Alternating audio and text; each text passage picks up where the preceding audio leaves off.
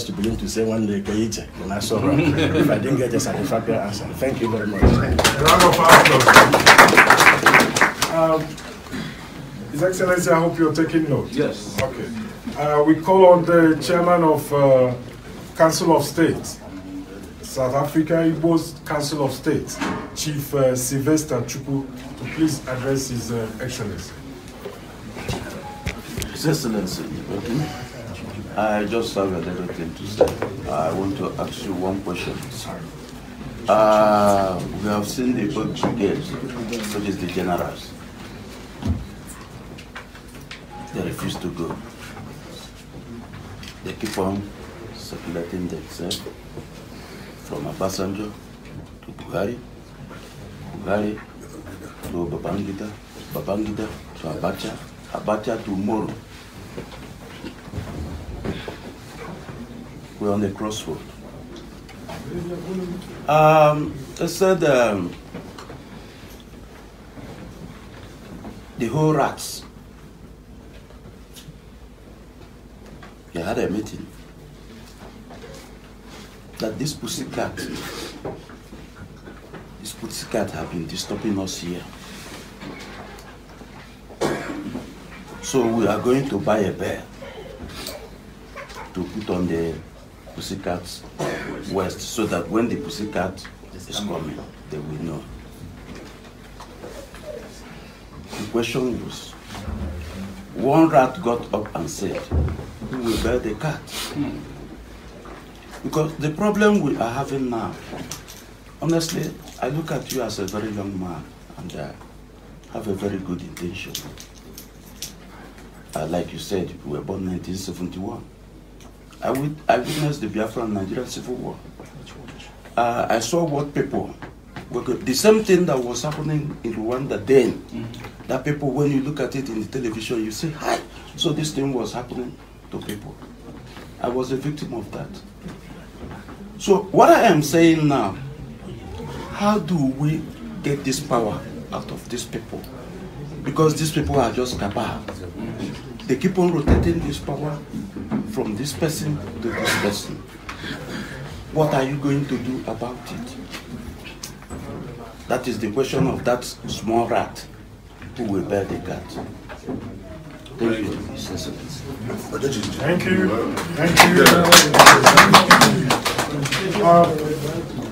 We wish to call on the President of Enugu State, South Africa, Apostle Michael Ugu, to address His Excellency.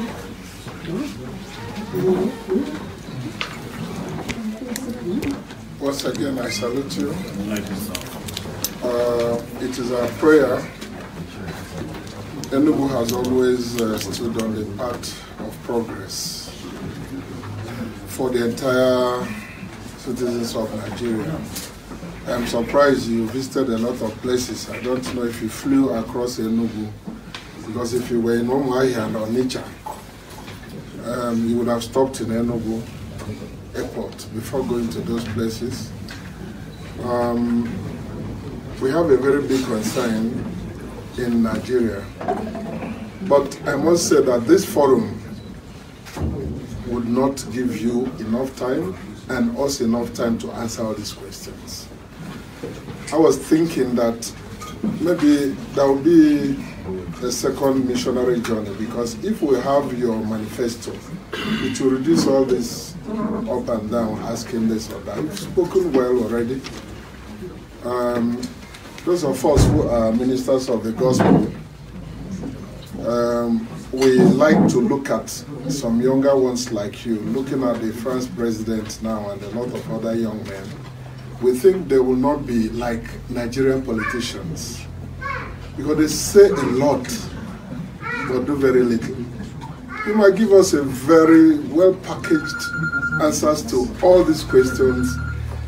At the end of the day, we'll be neither here nor there. So I am not trying to ask a question. I'm trying to say it is God who appoints a leader. As a minister of the gospel, I am on the prayer side. Like when I stood up, I said, we wish you all the best. Somebody could be bad today, then tomorrow he's the best person. There is always a change, a turnaround along the line. And it is only God that provides that. I would like to maybe communicate later when we have seen a comprehensive manifesto. We'll be able to ask, because time, I'm sure, will not permit you. So my prayer is that God will lead the way.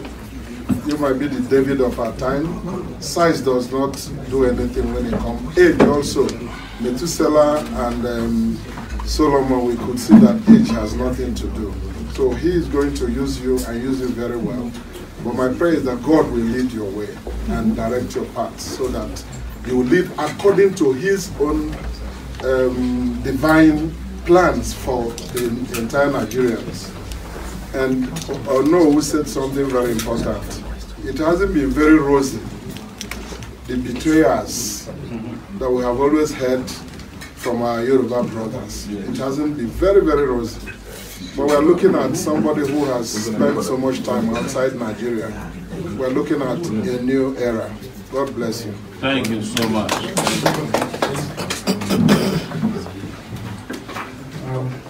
Thank you. Thank you, Apostle. So there are a lot of us that want to speak. Please be patient with us, because what we are presenting to you are the concerns of our people. It's not only our people in South Africa. You know very well that most of us we have our influence at home, and we hear what is going on, and we believe that you will get there. So please be patient with us. We need to call on everyone that has his view to present it to you. At this juncture, we wish to call on Honorable Chima Onyagba Umala, the President of Abia State. Please make your presentation, sir. Standing still on the existing protocol, ladies and gentlemen, I remain Honorable Chima Onyagba. The issue, first of all, I must commend you because you are not a newcomer in the field. I've been following you even through the Abiola debacle. So I think and I believe that you are not a newcomer in the field. You have participated in Nigerian political situation, and you can comfortably describe in a short period what Nigeria has been going through. Having said that, I would also want to remind you that the issue of tribalism has played a very major role in Nigerian political structure, and it has affected a lot of our people. What we are currently seeing in Nigeria today, the Northerners are ruling now. Everybody, all the major positions have been taken over by the Northerners. When it was South-South, it was about South-South. Now it is like the Southeasterners are clamoring for leadership. But to be honest with you, in the equation of things, Nigeria, each particular zone has been ascribed for a particular thing. The Southeasterners, I believe, are much more interested in infrastructural development and the economical structures that they can be able to exercise their God-given talent. Leadership is not something you wake up and just grab. It's a divine calling, and I believe that you are prepared enough to lead your people. The leadership and the position of presidency of Nigeria is not anybody's birthright. If you look at each and every one of us, I think we have, almost all of us, we have the capacity to lead from our family, business, and the community. And we have done marvelously well in that area.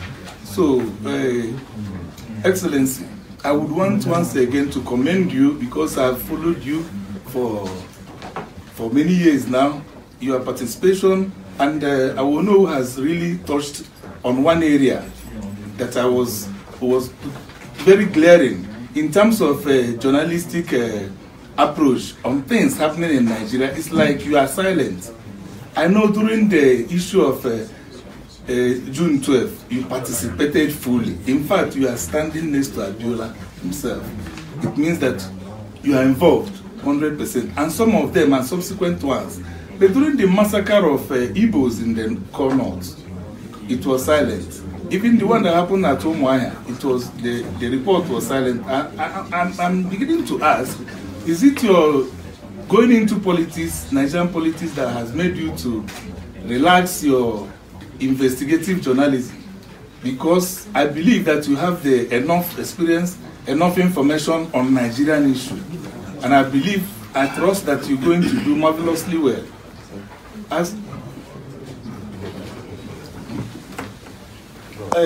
I spoke to some of your supporters and colleagues in New Jersey, and what they told me, mostly Igbos, what they told me, I told them I know this man, that he will deliver if he has the opportunity, if he's given the opportunity, that whatever we're going to do to make sure we deliver him, we will do.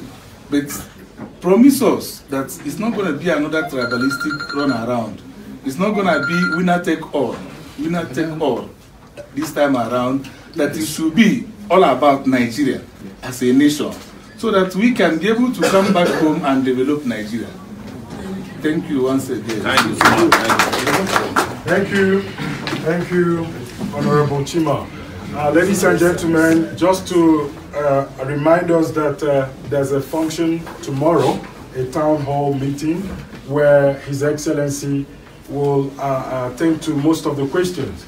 But I think the direction is that we will ask all the questions here, and he will answer as much as he can.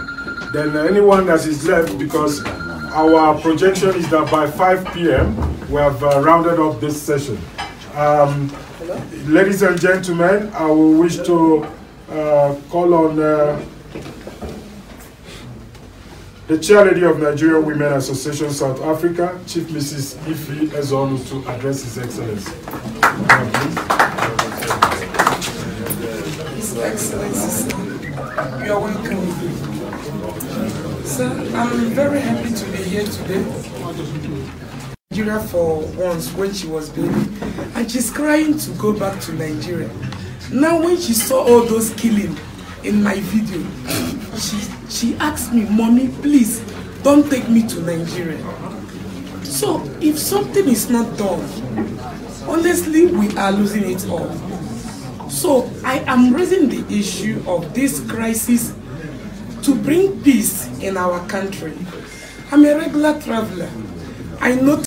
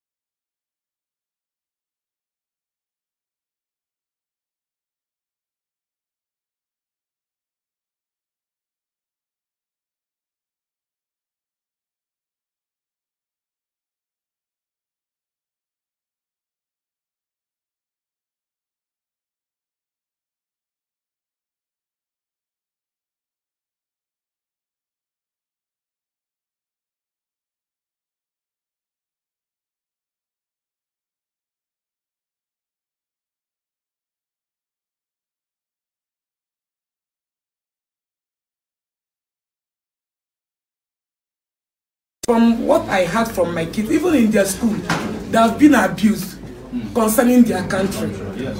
I've been there to attend parents' meeting where my son is fighting. They are cursing them with their country. So Nigeria has become a thing of mockery.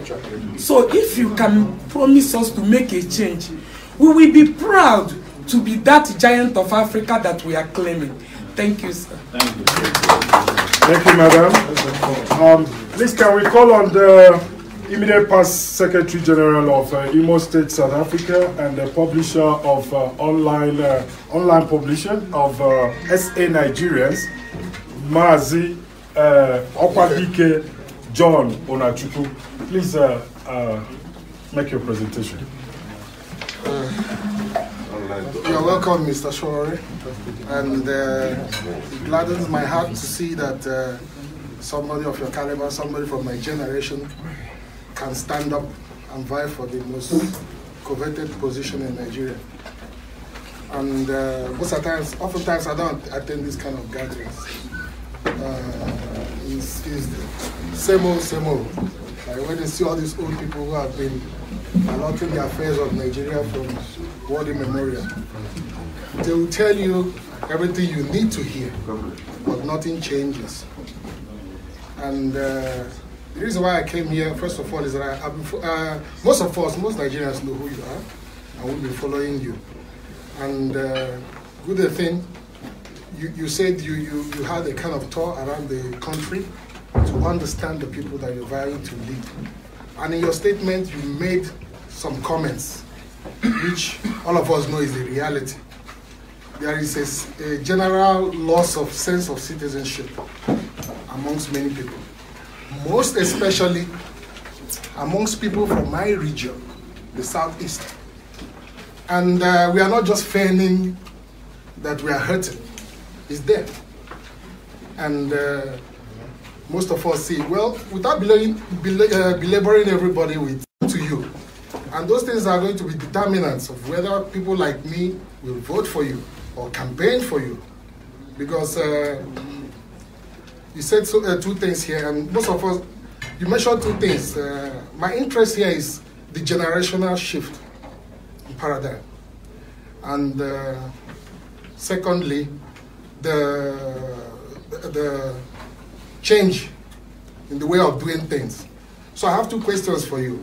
The question is, since you've understood that there's this general sense of loss of citizenship, which is well-founded, what do you intend to do differently so that everybody, some of us that are dug in our holes, refusing to accept Nigeria as it is, will come out and proudly embrace you and say, we are Nigerians, we work for Nigeria, we are proud of this country. That is one. Secondly, the issue of, Ono also mentioned it, though he spoke in parables, but it's something all of us know. The issue of restructuring Nigeria. Very, very important. You understand? It's a very, very important, and also another determinant whether some of us will vote for you. Because our vote is ours. If we feel you do not stand for what we aspire for, we will not vote you. We will not only vote you, we'll campaign vigorously to topple what you stand for. Because some of us want a restructured Nigeria for many reasons. You're talking about changing the status quo. I don't know what you understand, what that means. Or let me put it the way you put it. Benching the, if I may say, benching the old guys, you understand? Like removing them from the scene. So that they do, because they are the problem with Nigeria, all of us understand. On the personal level, I don't really have a problem with anybody. Yoruba, Hausa, Ijo, what, all of us suffer almost the same thing. Our problem is those you rightly described from the war generation. So you say you're going to bench them, like get them out. So now, we want to understand. I will also want to point out to what the Enugu State Chairman said. What is your manifesto like? What is your position on restructuring Nigeria? So that we do not waste our vote. We want a restructured Nigeria. It's the position of our ethnic nationalities leadership, Ohaneze Ndi-Igbo. And we've also seen comments from Afenifere, from the Middle Belt organizations, and everybody wants Nigeria restructured in the way it is being run now to something that is more close to, if I may say, returning back to the status quo ante, the way it was before they changed everything. You understand? So one regional participation in government. We don't want the Abuja, what do you call it? Some people call it the decentralized what is not helping. You understand? It doesn't help. So if you become, you're already an aspirant. If you get, if you, I don't know the party, which is another question I wanted to ask, on what platform you run it, whether you're an independent or what, I don't know if the Constitution permits that, but you're already an aspirant. If you're out there, the issue of restructuring, which we have been clamoring for, because I mean the people running Nigeria have us on a jugular. They need to remove their hands so that we can breathe. We want a restructured Nigeria. Is it your position? If it's not your position, or if we can't know what your position is on that, it will be difficult for us to make decisions. Thank you very much, and you're welcome. Thank you. Thank you. Thank you. Akwadike, thank you so much. From the Doctors Forum, we have Dr. Raymond Okafor. Doctor, please. A round of applause, ladies and gentlemen. Your Excellency, the King, I greet you. Igbo kwenu? Kwenu? Kwezonu? Firstly, I am happy you're a diaspora product. You probably understand what I mean by that. I'm not just a doctor. I've been very political. Far back 2003, I was involved politically back home before I even left the country. Yeah. When I say I'm very political, I know what I'm telling you. You went through Lagos, I was in Great Ife. I know a lot of people that you might know, Student Union and all that. Even in your platform, ANN, that maybe later we'll start talking. I am not strictly for, a tribalistic, pursuit. You understand what I'm trying to say? The way I grew up, like I was in a federal government college, we had people from all parts of the country. We all grew up together.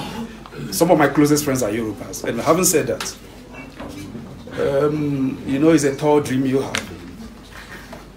Really a very tall dream. But firstly, if you don't get there, you need to be the CEO of Nigeria for you to be able to turn things around. Even if you are a minister, you know what I'm trying to say? You'll hardly be able to do much in terms of what we are requesting, what we are inquiring from you. Okay. So the first thing is, how do you get there? Somebody had asked a similar question. Elections are not free and fair. Okay? There's a lot of vote buying taking place.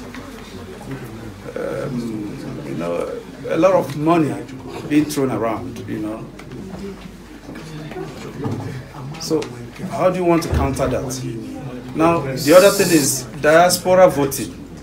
It might not happen now, but these are some of the things we would have fought for, because it will also support your getting there. That's why I said a product of diaspora. By that, I am happy with you, because I know that you would know what we would want in Nigeria. To me, all you need to give Nigeria is infrastructure. Okay, I'm widely traveled too, recently in Russia and all that. Even Russia is so developed everywhere, unlike what we're thinking. You understand? If you give us infrastructure, that's the first thing. I don't want to beat about the bush. Obasanjo, let me not talk about individuals.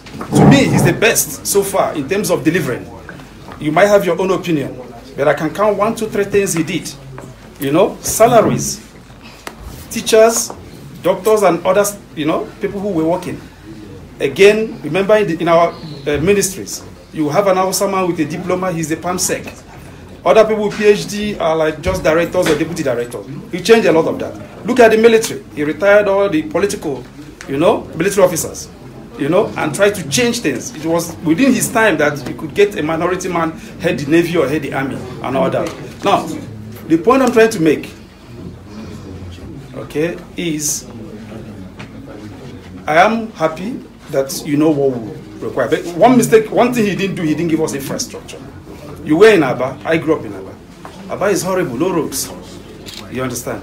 So if you are going to give us what we need, I don't know how you're going to get there. Like I said, it's a very tall dream. Diaspora voting, if that is possible, most of us will think, along your line and then give you the support, because we know what Nigerians are not so much after, pittance, give me this, give me that. Give us a favorable environment and we'll be able to deliver. So I think mine is realistically, you need to also strongly think how you're going to get there. And the only way you can achieve is when you are at the helm. Okay? Yeah, thank you. Thank you. Well, ladies and gentlemen, we can appreciate the fact that a lot has been loaded on His Excellency. It would be ideal if we should allow His Excellency to address some of those concerns before we proceed further. Please, His Excellency, could you please address the concerns of our people? Thank you. Once again, people, I thank you very much for your great questions, your great comments, and in some ways, what I call the interrogation of intentions. It's very important that we do this.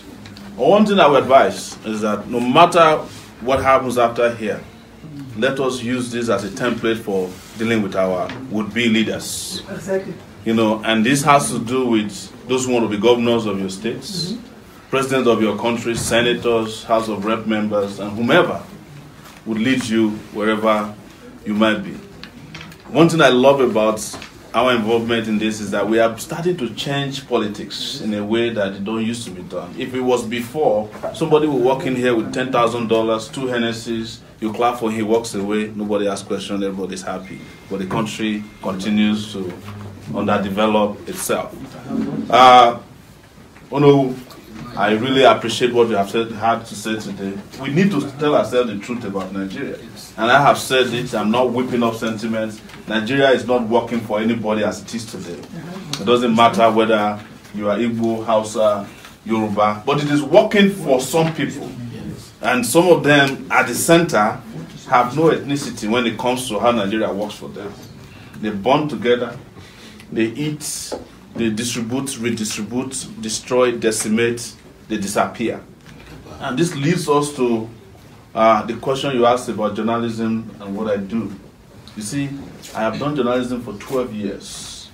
And those who have been most probed by my journalism are people that I know deals with Nigeria without ethnicity. That's why I'm never afraid when somebody says, oh, your journalism is ethnic related. This is a blackmail that happens to every journalist. It depends on which side of the sun you're writing from. But let me tell you a few things about what I've done about the Southeast. I was the first person, or our platform was the first person, the platform to interview Nnamdi Kanu when he was starting and he had come from California. And that video you saw, we interviewed him after that and asked him very solid questions. I gave him advice, even personally. I said, look, you are going into a territory that I did when I was a student union leader.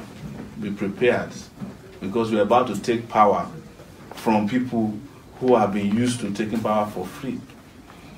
When they started the Biafran movement, the video that's been filed now at the ICC, which was the killing in Aba of those protesters in that high school, it came from Sahara reporters. I don't need you to clap for me because I was doing my job. But most importantly, there was a video where the army asked those kids to be rolling inside gutter. It came from us too. Wow. So I've never been silent. But you know, there are so many participants in the business of media these days, you can't even tell what is original and what is real. So, and we have to be careful. We cannot afford to put out content that is not real for propaganda's sake. And I will tell you, recently, I was one of the voices I was asking questions about where Kanu was detained, because I heard his father himself is being detained by the DSS. And I said it on live stream. Yes. Femi Fani-Kayode was also saying it. But with due respect, if you are in trouble, be careful who you are friends with. Because there's a lot of opportunism also in Nigerian politics. And that is what leads me to the issue of restructuring. You see, restructuring is a fantastic thing. But be careful who wants to restructure for you. And when you talk about restructuring, how do you restructure Nigeria with a Buhari in power?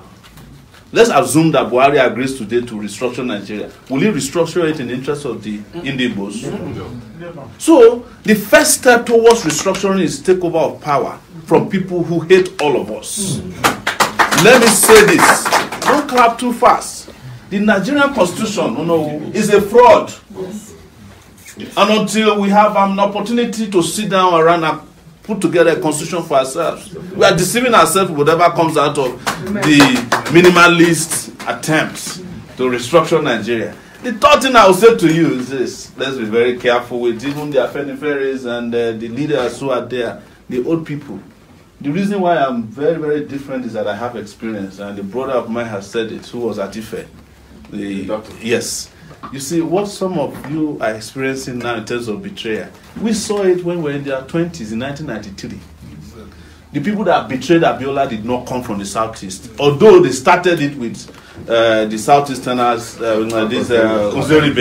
but the people that finally delivered Abiola to Golgotha were Yoruba traditional rulers. Yes. Please don't let us be deceiving ourselves here. The Oni of Ife went and said he saw a video at Aso Rock that shows that Abiola did not win an election. So when you now see those old people now telling you that they want to restructure Nigeria, I am totally sensible to be careful with them, because I knew them since I was 21 years old. Some of you are just hearing from them a few months ago. When you see a Femi Fani-Kayode who says he's in love with you, don't also forget he's the one who said he was sleeping with Bianca. Yeah. So be very careful with who you jump in bed with simply because you are angry. Otherwise, you find yourself in a state of circumlocution. You know, they will put you in the revolving door of deceit. Where you entered, you come back and find yourself there again. It is all planned. Tomorrow, if they give Femi Fani-Kayode a position in the new federal government that he wants, led by the PDP, he will take it. And he will tell you that he doesn't know you before. Because that's what he does for a living. And I'm not mentioning names because of the sake of mentioning, but that's what I do for a living. I'm in the business of telling people what they don't like to hear. That's why some people like me and some people don't like me. But everybody don't have to like me. I have to like myself first and foremost. What am I bringing to Nigeria? It's a very, very honest desire to change the place in such a way that you can have a country to go to, you can have a home to go to. One of the things I learned, by the way, about the Ndi-Igbo is that no matter how fantastic your home is, you don't like to stay there. But you like to build it in case you have to stay there. Yes. That's what I found out traveling around. I found some of the most beautiful mansions in Igbo land, but there were no roads connecting them. Because most people are not thinking about infrastructure, like Doctor said. Look at how we came here. We drove all the way here with, Google Map. Nice houses, nice roads, nice streets. The Southeast could have been like this, based on the number of economically advanced people that are living there. But you have to get past the Bundungu, known as the first Niger Bridge, the one in Onitsha there, that has never been developed since it was created. Was it me that did it? No. The people who are shouting restructuring now, do you think they were not supposed to have done the second and third Niger Bridge? Did they do it? No. Some of the people who are shouting restructuring now were ministers of finance in Nigeria. They refuse to finance development going to the east. So if they are telling you they want to restructure in the country, they are giving you what they call buzzwords, with due respect, so that you can fall into their traps again. And the moment you do, they will leave you where you are. So I just want to plead with you that I'm not here to deceive you, because I have pedigree. I may not have been perfect, because nobody is perfect. I may not have written every story you wanted me to write, because nobody, as a journalist, who can cover every story. And some of you, or some people who have had issues with me, had issues with me because of Jonathan. But I say something to them: Father, forgive them, they don't know where I come from. I'm actually Ijo Apoi in Ondo State. If anybody wants to be close to Jonathan, it should have been me, because we are from the same kind of ethnic group. But I'm also speaking a Yoruba-speaking Ijo. I speak Yoruba. But my real blood, and these lines you see, they come from Ijo land. But I couldn't stand the idea that Jonathan, who was my brother, theoretically speaking, could not lift Nigeria out of the woods with infrastructure when he was selling oil at $104 per barrel. And the best he could do was to be destroying Nigeria. I fought for Jonathan before. When Yaradua and their cabal refused to let Jonathan become president, who did it? Sahara reporters. I was reporting on, I was the one who called Oronto Douglas, late now, to tell him tell Jonathan to start preparing to be president of Nigeria. He said, how did I find out? I said, Biadwa is brain dead. They said it's a lie because as vice president, they didn't even let him know what was going on, which is part of the structure of Nigeria. That they can deceive you to be vice president and you never see any file passing through to the presidency. It's the same thing they are doing with Oshibajo now. You know, it's the same lie they are telling in Igbo land, saying that, oh, if we can vote for Buhari for another 4 years, it will be the turn of the Igbo. If Buhari trusts Igbo, why did he allow Igbo to be president now? And then it can be the turn of his children in 4 years. I mean, this is just the national deceit that has been constructed. But the thing is this, all these old people that are in power today, each time they occupy one space, as we say, matter in integrated science, they have weight and they occupy space. If you remove them today, 1 million youths will sprout in the country. They are the ones that are holding our progress to ransom. A Babangida, for example, is holding the destiny of 1 million people right there in Mina. Obasanjo is holding the destiny of 1 million people right there in Abeokuta. Until you take them out of the equation, then you see how Nigeria will rise. It doesn't have to be me. It just needs to be someone who is bold enough. And that's where you mentioned about burying the cats. Yes. Yes. What about we don't see ourselves as cats? And I'll give you an example. There's a park here in South Africa known as the Kruger Park. Yes. Right? And you watch a video about buffaloes who have been troubled by lions all the time. Every time the lion will look for the weakest among them, take them away. But at this Kruger Park in South Africa, the buffalo sat one day. This was filmed live. You know, and they ran away for a while, but something told them that for how long shall we be running for these few lions when we are in thousands? And they came back. And now, the buffaloes at Kruger Park have become very, very popular for dealing with lions. They change their destiny by bravery, by taking the risk. So we should not be considering ourselves as cats. I mean, rats. That diminishes us. We are now the buffaloes of the Kruger Park. And there are just a few lions who have been stealing our children from us in Nigeria and stealing our future. Let's make a turnaround and face all of them and see what will happen to them. That is where I come in. You see, you don't have to be convinced about me, but you must not live in here without a decision as to where you want Nigeria to go to. If we are not careful, we are, by our own intentions, voting for Buhari again for another 4 years. And if that's what you want to see, you can stop listening to me. Because without a concerted effort, even if it is something that we have to risk, let's risk it. But we cannot afford to risk is the continuation of this current order. When I was coming from, I came from Owerri, that's why I didn't stop in Enugu, and I'm going back there, sir. When I was coming from Owerri to Onitsha, there was this huge traffic. And as usual, they said, if there's traffic in Onitsha, when you get to the place of the traffic, you never find the reason. That's what one guy told us. But when we got there, we saw this crater. It's not more than this table that's causing about an hour of traffic. And the only thing that could come to my mind is that instead of sending Operation Python dance, why about we send the army, corps of engineers to fix this road and see if the Igbo man will like you? Because there's nobody who you go and shoot and you expect him to love you. So what we can resolve, what is the discontent anywhere in Nigeria with, is a form of justice to everybody who is confronting justice. When you listen to the Igbo man, the biggest complaint they have is that they don't have rules upon which to apply. And what they are saying to you is that they are frustrated with a country that cannot allow infrastructure to go through. Imagine if the highway from Pretoria to this place was from Asaba to Port Harcourt. Probably you will love Nigeria better.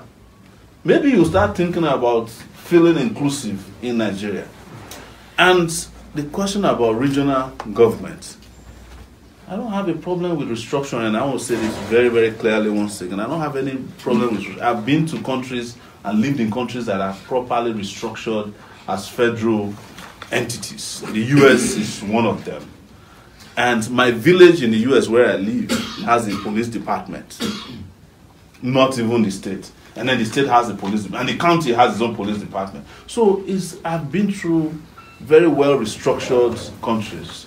But restructuring by itself is not enough to solve Nigeria's problem. It has to be the restructuring of persons. It has to be the restructuring of power.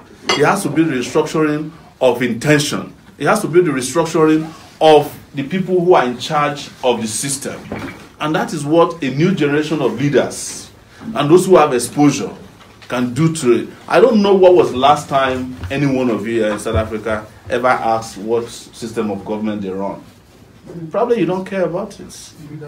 Because the system accommodates you enough to make you move from one place to the other, to make you find medicine when you want to buy it and it's not fake, to make you be able to send your children to a school that teaches them, that doesn't give them ignorance. Exactly, free medical treatment. So the moment you feel all of those things, the last question you are asking is which form of government are we running? And people who are asking for restructuring are asking that Nigeria be repaired. That is the meaning of restructuring in the real sense of it. That it should be repaired in a way that the country is able to deliver justice and governance to its people. The moment you get it, your restructuring is done.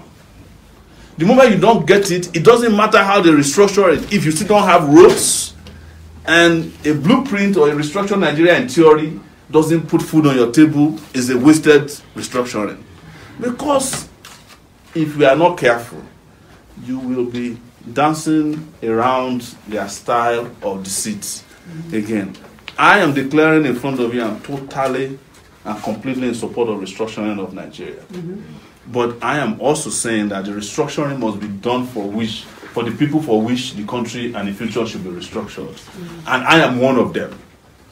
And I have never been invited to a meeting where restructuring is discussed. It's always been a meeting of old people in their 80s. Yes, most of the restructuring meetings I've seen is people who are working with walking stick. They want to restructure Nigeria. And I'm just calling for inclusiveness in the conversation about restructuring. That it must include all of us, including the diaspora. Right? So, that is the way I want the restructuring to be done. It has nothing to do with not supporting restructuring.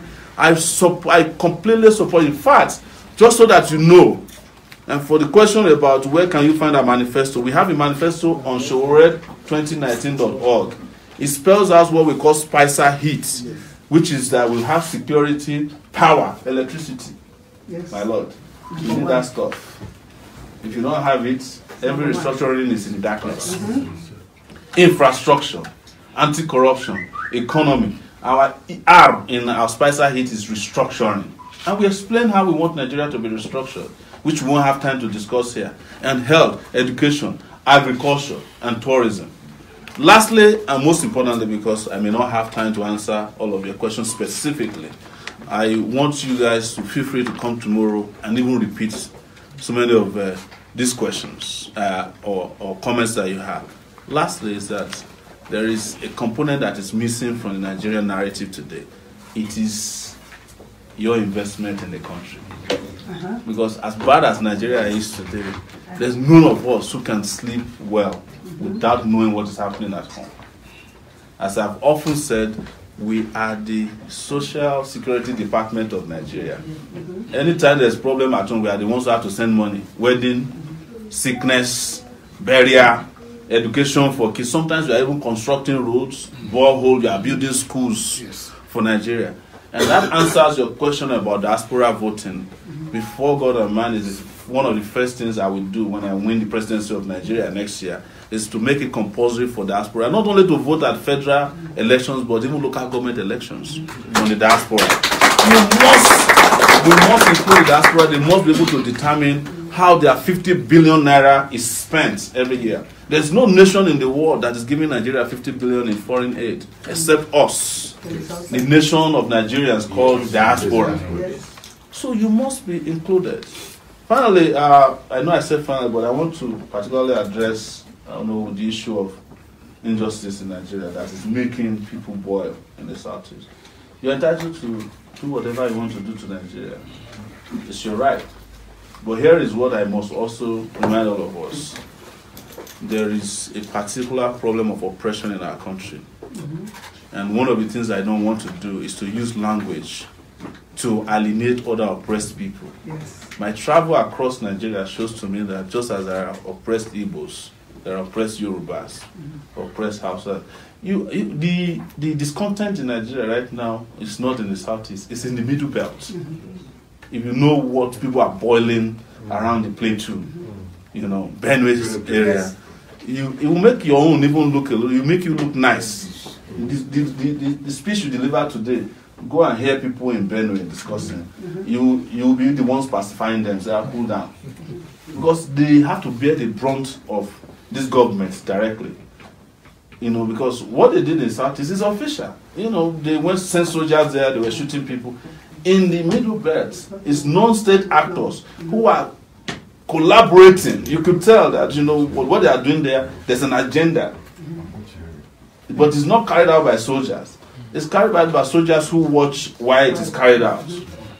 So everywhere you turn in Nigeria is this very inhuman, oppressive level. It is the reason why the next Nigeria president should not be elected on the basis of ethnicity, religion, but on the basis of humanity. We need to elect a human being to lead us. Yes. On that note, Honorable, I take your permission to take my seat. Thank you so much. Thank you, thank you, thank you, His Excellency. A round of applause, ladies and gentlemen. Well, unfortunately, we started very early as we were supposed to. And we can understand that time is not really on our side. And we received very reliable information that His Excellency has got another important, very important engagement this evening still. Because we have on our list about 12 persons that still want to address His Excellency. We will advise, ladies and gentlemen, there's going to be a town hall session tomorrow where you can come and you have enough time not only to ask your questions, but your questions will be answered personally. We will not at this point allow further questions so that we can relieve His Excellency for his further engagement. We wish to state that all the state leaders present, Honorable Chima Oyabo, Chief Sylvester Chukwu, Apostle Mike Ugu. We also want Chief John Chukwu. We want also Chief Obi Chukwu Ayeji. Kindly stay behind after this session. And there are still refreshment. After this session, we are going to take out our visitors. We see them off, but before they leave, we are going to have a photo session in the front of the traditional Prime Minister's house before you can take your leave. At this juncture, ladies and gentlemen, we wish to call on the Deputy President of Ohaneze, Ndi-Igbo, South Africa, Chief Chuks Chilaka, for his vote of thanks. Ladies and round of applause.